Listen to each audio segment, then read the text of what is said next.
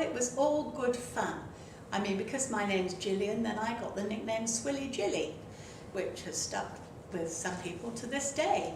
Not because I was a heavy drinker or anything, because I'm not, but it just seemed to roll off the tongue sometimes. And so I used to answer to that, and that didn't really matter.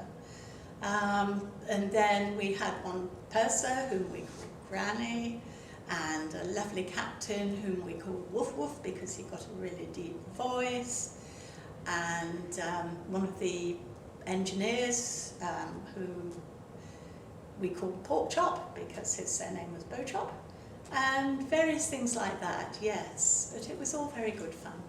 I must admit that when we were on board there were one or two pranks and very amusing occasions. We females were really at the mercy of the men to a certain extent, and I found this particularly when I was crew WAP, working in the little office on our own with these two crew APs.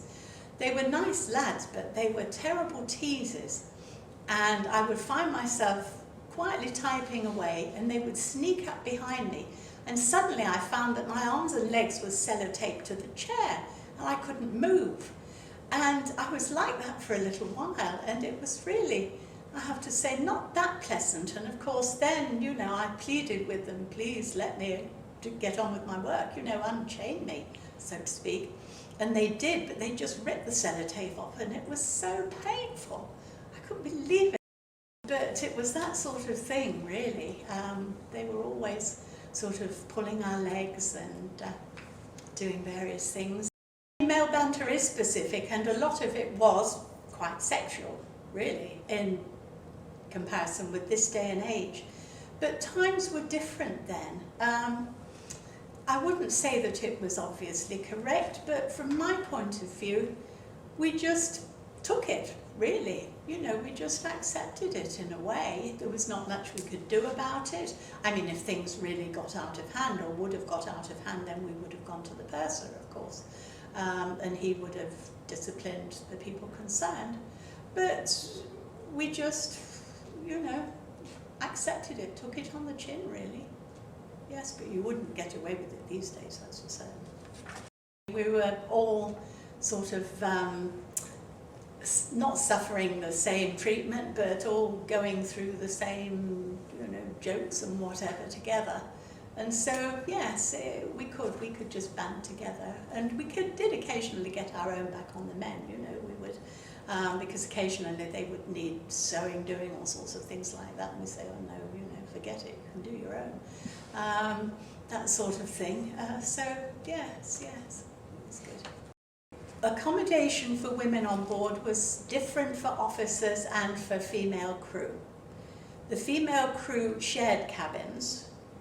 There were two to a cabin, whereas we female officers were very fortunate in that we had our own. And we weren't in the same locations. The female crew were down below decks, as it were, sort of in the lower decks, where we were on the upper decks. I was very fortunate when I went to Canberra, because I had taken the place of the senior woman assistant purser, then I had her cabin, which was very nice because it had a porthole. Not all of the cabins had portholes. And so that was one good thing about it. They were fairly small. There was just room for a bunk, a set of drawers, a wash basin, and that was it really. A small wardrobe, yes, small wardrobe. But otherwise not very much space. And we were together, there were 9 of us in our section, so there were 6 women assistant pursers, a children's hostess, and entertainment officers. We were all together, and we just had one bathroom and shower between us, so it meant that it was a bit of a tussle when it came to the evenings, and of course we wanted to get ready for the evening entertainment. But it worked all right. We normally managed quite well.